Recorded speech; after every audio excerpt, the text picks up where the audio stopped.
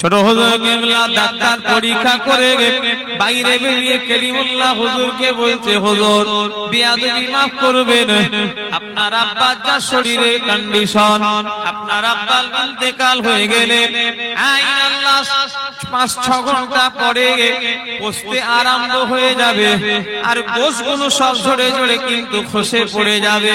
হুজুর আপনাদের ইন্তেকাল হলে তো 2 দিন 3 দিন রেখে দেন, আপনার আব্বাকে যেন রেখে দেবেন না। ডাক্তারও জানে হুজুররা মরে গেলে 2-3 দিন রাখে, হুজুর আপনার আব্বাকে যেন রাখবেন। আল্লাহ পাক যখন কোন ওলিদের ঘরে এখানে কথা যখন শোনায় জানায়, তখন সেটা ওহীর মাধ্যমে জানায়, জোরে বললেন না? আর আল্লাহর ওলিদের ঘরে যখন কোন কথা জানায় কিসের মাধ্যমে জানেন? কথা বলো। নবীদের ঘরে কিসের মাধ্যমে জানায়? ওহী। আর ওলিদের ঘরে ইলহাম, তাই তো নাকি? কি বললাম? ইলহাম। আল্লাহ পাক ওই ইলহামের মাধ্যমে ডাক্তারের কথাটা ছোট হুজুর কেবলাকে আল্লাহ জানিয়ে দিলেন।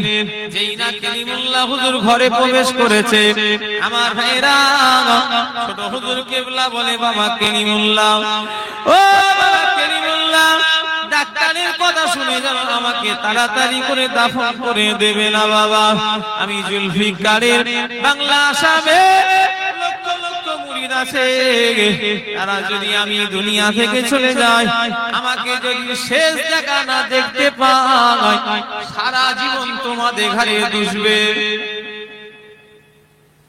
সত্য না মিথ্যা? দুষবে না যে আমাদের ঘরে দেখতে দিল বাবা কলিমুল্লাহ আমার লাশটা 3 দিন রেখে দেবে। আমার ভাইরাই কথা বলেন, হুজুর 21 আশ্বিন 11:45 ইন্তেকাল হয়ে গেলেন। ডাক্তার খবর পেল ছোট হুজুর কেবলা দুনিয়া থেকে চলে গিয়েছে। ডাক্তার পরের দিন এসে কলিমুল্লাহ হুজুরকে বলছে, হুজুর আপনার আব্বা কি বলল? বলে, ডাক্তার সাহেব আব্বা আমাকে ওসিয়াত করেছে। ডাক্তার সাহেব বলল, হুজুর আপনার আব্বাকে কখন মাটি দেবে? বলে, ডাক্তার সাহেব আব্বা আমাকে ওসিয়াত করেছে 3 দিন রেখে দেওয়ার কথা। ডাক্তার বলে, হুজুর বেয়াদবি যদি না মনে করেন আমরা একটা কথা বলবো। কি কথা ডাক্তার সাহেব? হুজুর আমরা একটু লোশন আনি, যে লোশনটা শরীরে মাখিয়ে দেবো, গোশটা সহজে পচবে না, টাইট থাকবে। কলিমুল্লাহ হুজুরের চেহারাখানা লাল হয়ে গেল। ও ডাক্তারকে বলল, ডাক্তার আল্লাহর ওলিদের কোন লোশন কোন ওষুধ লাগবে না, আমার আল্লাহর ওলিদের আল্লাহ হিফাজত করে দেবে। জোরে বলে, আরো জোরে হবে না?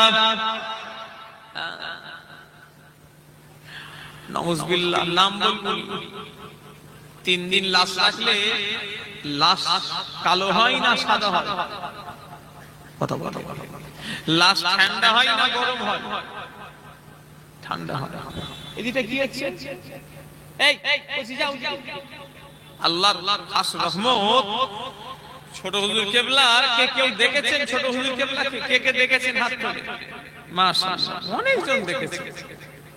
হুজুর কেবলা জানাজা মনে হচ্ছে পড়ে, জানাজা পড়া মনে হচ্ছে আপনাদের বাপেরা জানাজা পড়েছে, আপনাদের আব্বারা পড়েছে।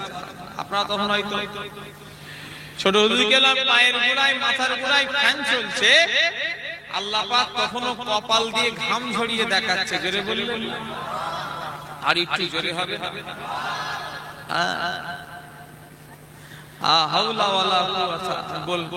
আমি নাম বলবো নি, আমার ছোট হুজুর কেবলার কফি একজন করতে গিয়েছি,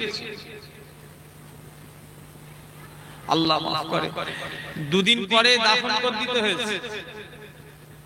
ছোট হুজুর কেবলার হিংসায় ছোট হুজুর মরে গেছে, 3 দিন রেখেছে, আমারও রাখবি বলে দিয়েছে। আল্লাহ মাফ করে, লা হাওলা ওয়ালা কুওয়াতা। আর 2 দিনের পরে দাফন করে দিতে হয়েছে। মানুষ দেখতে যাচ্ছে মুখে কাপড় দিয়ে। অত সহজ নয় একটা লাশ 3 দিন রেখে দেখে। এই শুনছেন না আমার কথা? বিনা মেডিসিন, এটা ওলিদের জন্য সম্ভব। যেটা বললেন না, ও নবী মালিরা, ও আমি জানেরা, ছাড়েন আমি যে কথা কথা বলছিলাম, আমার ভাইরা আমরাও তো মরবো, কুকুরেও মরে, বিড়ালও মরে, গাধাও মরে, আর আমরাও মরবো। আমার ভাইরা মরার মতো যদি না মরি, জীবন আমাদের বেকার। সেদিনে জলসায় গিয়েছিলাম আমার ভাইরা, 1 বছর এখনো হয়নি। আমার ভাইরা আমার হুগলি জেলা, গ্রামটার নাম হলো শামসন্দপুর গ্রাম। ফুরফুরা থেকে 4 থেকে 4.5 কিলোমিটার রাস্তা। ওয়াজ নসিহত শেষ করে আমি ওইটাই বলতে চেয়েছিলাম, একটু খাওয়া দাওয়া করি ইমাম সাহেব। আমার ভাইয়ের আওয়াজ নসিহত শেষ করে আমি গাড়িতে ওঠার জন্য হেঁটে হেঁটে যাচ্ছি। আমাকে একদল ছেলে বলল, ভাই জানো ওই যে কবরটা দেখছেন, গোরস্থানের ভিতরে একটা কবর আছে ঘেরা। আমি বললাম কি ব্যাপার? বলে অন্য কোনো ব্যাপার নয়, এই মেয়েটা আজ থেকে আমরা 12 বছর আগে কবর দিয়েছিলাম। মেয়েটা মেজ হুজুর কেবলার মুরিদ ছিল। আমার ভাইয়েরা ওই মেয়েটা 12 বছর আগে এই জান আমরা দাফন করেছি। আর এই কদিন আগে একটা কবরের মাটিটা ধসে টোটাল গিয়েছে। আমরা সবাই গিয়ে দেখি 12 বছর আগেকার যেমন লাশ আল্লাহ পাক এখন ওইভাবেই রেখে দিয়েছে। আরো জোরে হবে না? এই সাদা, এটা কালো না সাদা? আটুলিয়ায় তো আল্লাহ করে আসা যাওয়া, আশপাশে আমি আনোয়ার বেড়ে, আটুলিয়া এইসব তো আমার লেগেই আছে। এইটা একটা গর্ত খুঁড়ে রেখে দেবো, এমন করে রেখে দেবো। আর মাস 6 7-8 মাস পরে এসে এটা দিয়ে তো যাতায়াত আমার সবসময় হয়। একবার এসে শুধু এটা নিয়ে যাব, 6 মাস পরে পাবো তো নাকি? একটু কথা বলো। পাবনি কেন? পৌঁছে যায় আল্লাহর ওলিদের লাশ। আমার ভাইরা যুবকেরা পৌঁছে না, আল্লাহর ওলিদের লাশ বছর পর বছর পার হয়ে গেল ওই রকমই থাকে। বসিরাটের বড় মাওলানা আল্লামা রুহুল আমিন রাহমাতুল্লাহ আলাইহি আজ থেকে কিছু কম বেশি বহুদিন আগে চলে গিয়েছে। আমার ভাইজানেরা ফুরফুরা শরীফে মেজলা হুজুর কেবলাকে কেউ দেখেছেন? তোমরা দেখো, কে কে দেখেছেন হাত তুলে? তুমি দেখেছো? মথুরাপুরে আসতো, আর মথুরাপুর হুজুর আসতেন হুজুর দিনের বেলা জলসা করতে হতো। হ্যাঁ, মথুরাপুরে 8-10-12 হাজার লোকের জামায়াত হতো। কত লোক হয়? মেজ হুজুর কেবলা যখন আসতেন মুরব্বিরা সব জানে। দিনের মথুরাপুরের জলসা মেজলা হুজুর কেবলা মুসাফা করেছেন, কেউ হাত তুলবেন? আপনারা মুসাফা করেছেন, হাত শক্ত ছিল? বলছে হ্যাঁ। তাহলে আপনি মেজ হুজুরের সঙ্গে করেন। স্বামী কি বলছে? হ্যাঁ। ও মেজলা হুজুর কেবলা বসিরাতে মাদ্রাসায় জলসা শেষ করে বসিরাট হুজুরের মাজার জিয়ারত করতে গেলেন। জিয়ারতের বাংলা মানি হলো দেখা করা, জিয়ারতের মানি হলো বাংলা হলো সাক্ষাৎ করা।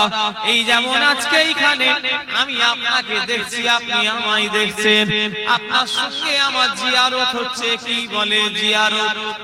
দেখা করাকে বলে বাংলায়, জিয়ারতের বাংলায় দেখা করা। এই আপনার সঙ্গে আমার আল্লাহর ওলিদের মাজার জিয়ারত হয়, আল্লাহ ওয়ালাদের মাজার জিয়ারত। আমাদের জিয়ারত কখনো এখন হবে না। কেন? আল্লাহর ওলিদের ইলমে মারিফাতে চোখ আল্লাহ খুলে দিয়েছে, আল্লাহর ওলিদের ইলমে বাতিনি চোখ আল্লাহ খুলে দিয়েছে।